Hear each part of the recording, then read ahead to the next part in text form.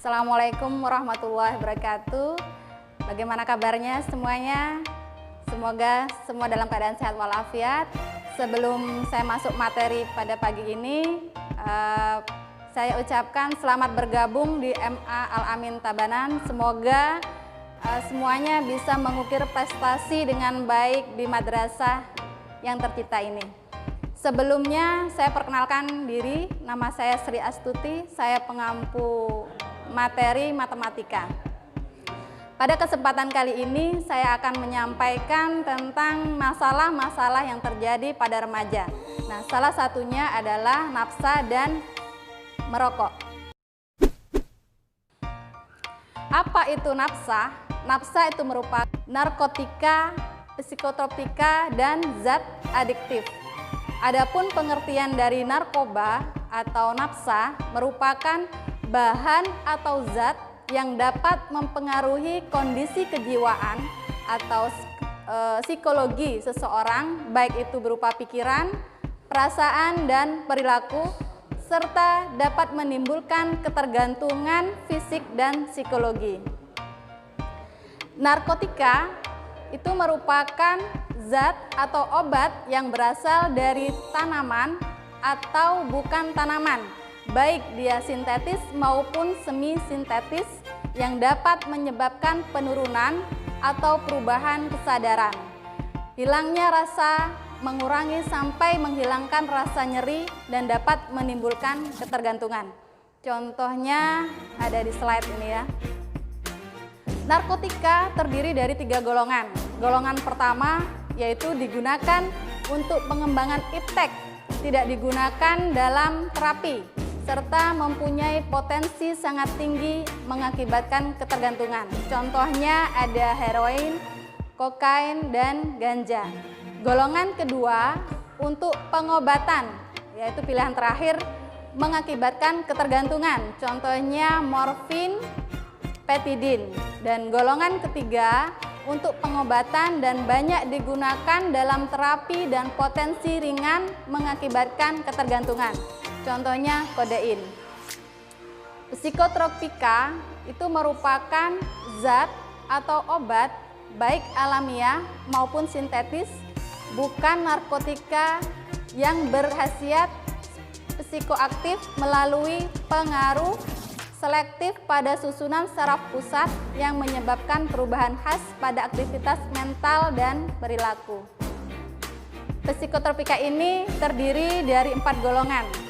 Golongan pertama hanya digunakan untuk iptek dan tidak digunakan dalam terapi serta mempunyai potensi ketergantungan. Apa contohnya? Yaitu adalah ekstasi.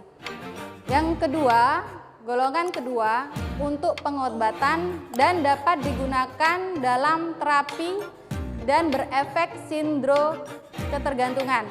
Contohnya epitermine. Dan golongan ketiga untuk pengobatan dan banyak digunakan dalam terapi berakibat sindroma ketergantungan. Contohnya fenobarbital. Golongan keempat untuk pengobatan dan sangat luas digunakan dalam terapi potensi ringan mengakibatkan sindroma ketergantungan. Contohnya ada diazepam dan mirtazepam. Zat adiktif lainnya yang termasuk di sini adalah bahan yang berpengaruh psikoaktif di luar narkotika dan psikotropika, yaitu berupa minuman alkohol, inhalasi, dan tembakau. Nanti kita akan bahas satu persatu ya. Minuman alkohol ini mengandung etanol etil alkohol yang berpengaruh penekanan susunan saraf pusat. Ini ada beberapa golongan. Golongan A, kadar etanol 1-5%, ini berupa bir. Golongan B, kadar etanol 5-20%, berupa minuman anggur. Dan golongan C, kadar etanol 20-45%, ini berupa whisky dan vodka. Yang kedua, inhalasi.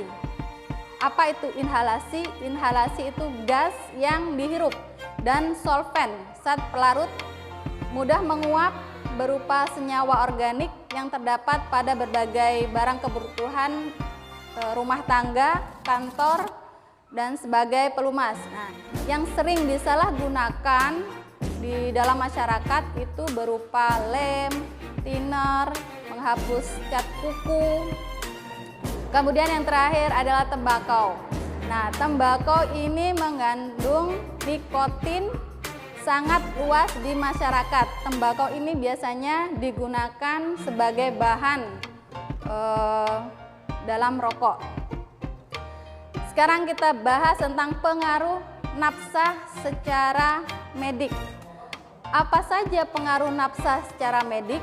Nah, kita bahas pengaruh nafsa secara medik pada otak dan susunan saraf, yaitu dapat mengganggu daya ingat, dapat mengganggu perhatian atau konsentrasi, bertindak rasional, mengganggu persepsi sehingga menimbulkan halusinasi, mengganggu motivasi sehingga malas sekolah dan bekerja, mengganggu pengendalian diri sehingga sulit membedakan baik dan buruk. Kalau pada saluran nafas, maka terjadi radang paru dan pembekakan paru. Pada jantung, terjadi peradangan otot jantung, penyempitan pembuluh darah jantung. Pada hati terjadi hepatitis B dan C yang nantinya akan menular melalui jarum suntik dan hubungan seksual. Kemudian yang terakhir, penyakit menular melalui seksual dan HIV serta AIDS. Nah, sekarang pengaruh nafsa pada lingkungan. Di sini kita bahas di lingkungan sekolah dan masyarakat. Pengaruh di lingkungan sekolah maka akan merusak disiplin motivasi belajar, meningkatnya tindak kenakalan remaja, membolos, tawuran antar pelajar, dan sebagainya. Mempengaruhi peningkatan penyalahgunaan di antara sesama teman sebaya, misalnya pembulian dan sebagainya. Pengaruh nafsa pada lingkungan masyarakat yaitu terciptanya pasar gelap antara pengedar dan bandar. Kemudian pengedar atau bandar menggunakan perantara remaja atau siswa yang telah menjadi ketergantungan, meningkatnya kejahatan di masyarakat dan meningkatnya kecelakaan. Nah, yang terakhir, materi yang terakhir yaitu tentang rokok. Rokok inilah yang sering disalahgunakan di dalam masyarakat dan banyak dikonsumsi oleh para siswa. Padahal di dalam rokok itu terdapat lebih dari 3.000 zat aktif yang semuanya berbahaya bagi tubuh, termasuk nikotin, tar, CO2, dan hidrogen sianida, tembaga, dan sebagainya. Nah, kandungan racun dalam rokok ini tergambar dari slide berikut, serta penyakit yang diakibatkan oleh pengguna rokok itu banyak sekali. Salah satu contohnya ada stroke, kanker mulut, kanker hati, ginjal, dan sebagainya. Demikianlah pembahasan materi nafsa dan merokok pada pekan ini. Saya ucapkan terima kasih. Semoga bermanfaat. Assalamualaikum warahmatullahi wabarakatuh.